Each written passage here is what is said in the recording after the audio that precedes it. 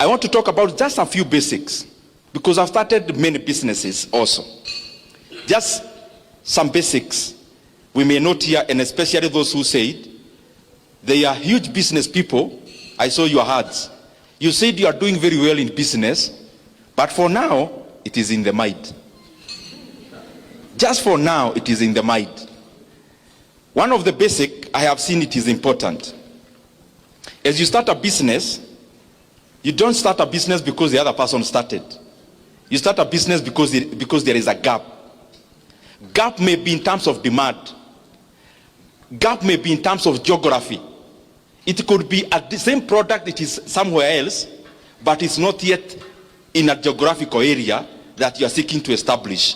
That could also be a gap. Value creation. You can make money faster through creating value than through extraction. Many times you want to do business to extract money from people's pockets.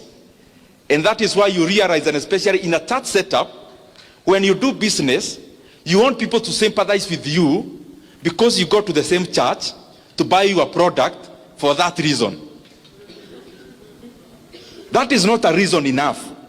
Just because I know you and you are my relative, you ought to create value. It is me who should be looking for your product. You shouldn't over-convince me simply by appealing to the soft side of how we know each other. That means there are some victims here. The other thing, bookkeeping. These things, they sound very banal. They sound easy. Bookkeeping. There is a story I keep giving all the time, and I'll give it. There is a time, me and my siblings, tukaenda nyumbani. Of course, we have a cow, like all of you in Mashinani. Or we had. So my mother anatembea Nairobi, siwezi lala hapa, nani atakamua ng'ombe?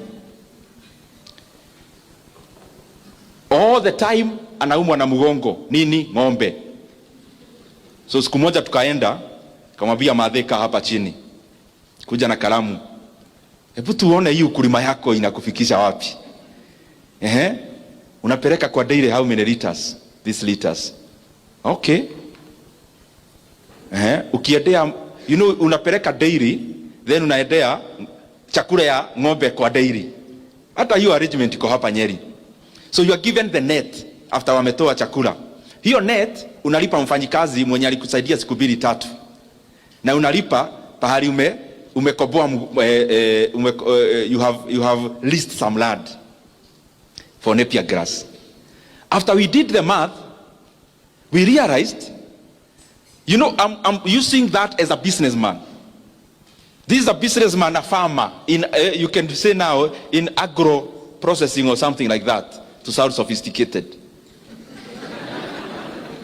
Now, after kufanya hesabu, we realized the M-Pesa we sent home to the mother, to my mother, we don't send her money.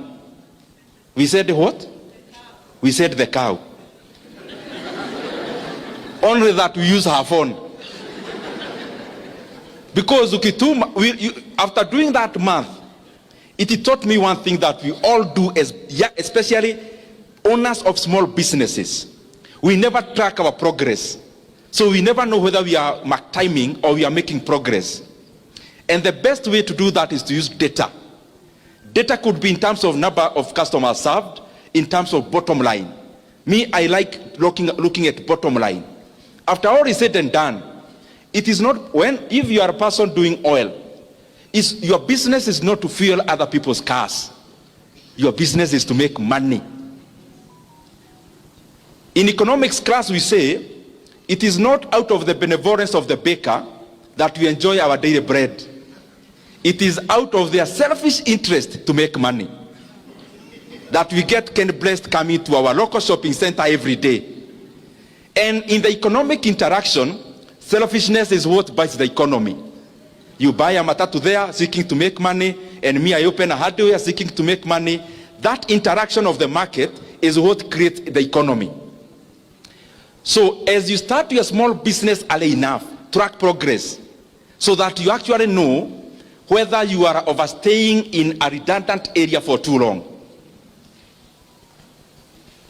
Market.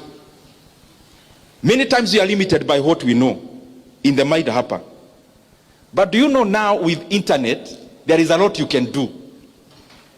You look at market, whatever product you come up with, and please, especially those whose businesses are in the mind, polish your ideas slightly further. Don't just do a business. You know, kuna business tu yani unafanya unaona. You need to think deeper. Especially those who have not yet risked or staked their money. Use more time to think than start. So that you first of all think about the market. The market may not be limited to where you already know and can see with your eyes. Study. I'm not saying you hire professionals to do that. Do basic, even with the internet. Those who are already doing business and you have some capital, focus on there is something I keep thinking about, and I also do. Look for businesses whose barrier of entry is high, almost blocked.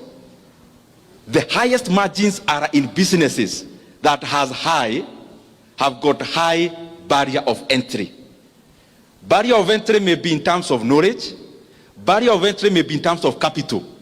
For example, if you had 2 billion shillings in Kenya now today, and you are talking about building a real estate in terms of flats, me, I wouldn't, because everyone can do that. For example, if you look at banking in Kenya, yes, the core capital was increased. It has been 1 billion shillings. But do you know there are so many Kenyans with that kind of money? That is already a niche where the barrier of entry is too high. So even if there are like 40 banks, they operate like oligopolies. And that is why you realize in Kenya, unless it is totally run down, few banks make losses. I'm just making that as a cursor. Look for a business with a higher barrier of entry so that you can enjoy longer margins or bigger margins. This is the other thing I want us to really interrogate.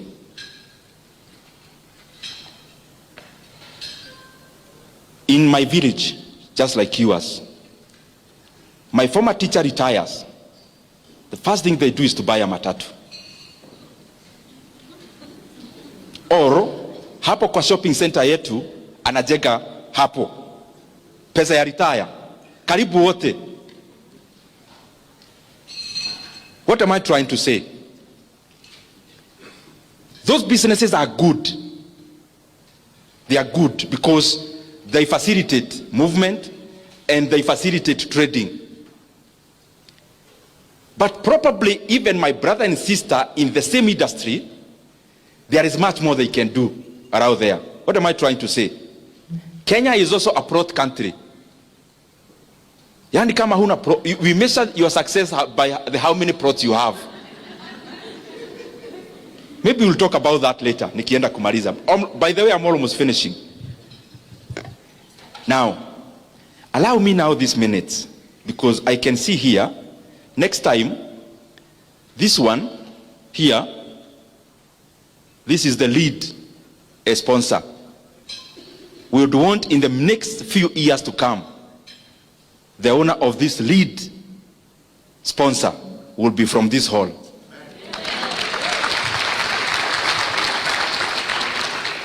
And therefore allow me the remaining minutes, even if you do not understand what I'm saying, and I only talk to 2 people who will do that, I'll be satisfied. So if you do not understand the things I'll be saying, uniwie radhi. Because I would rather talk to 1 table who may actualize, become this, than talk to all of you and start small dots of businesses. And because we have brain and capacity to all be here, let in the next few years, there'll actually be an auction in this hall, all of us bidding to be this.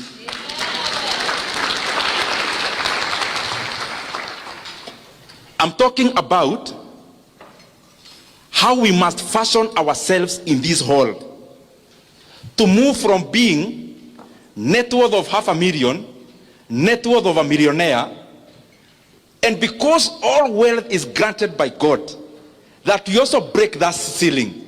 Those figures we hear of billionaires, we also aim. And number one, moving from that comfort, I'm trying that we move from that comfort of being a dealer for Oilibia or for Total, to being the Total yourself. That's what I'm trying to say. From being a dealer of Safaricom to being a competitor. That's the kind of thing I'm trying to talk about. Mumeanza kuenda chini munauliza sasa huyu mtu ni vitu gani hizo? When you want to move to that level, you do not own 100% of your business. There is no billionaire in the entire world who owns 100% of the business they are associated with. None.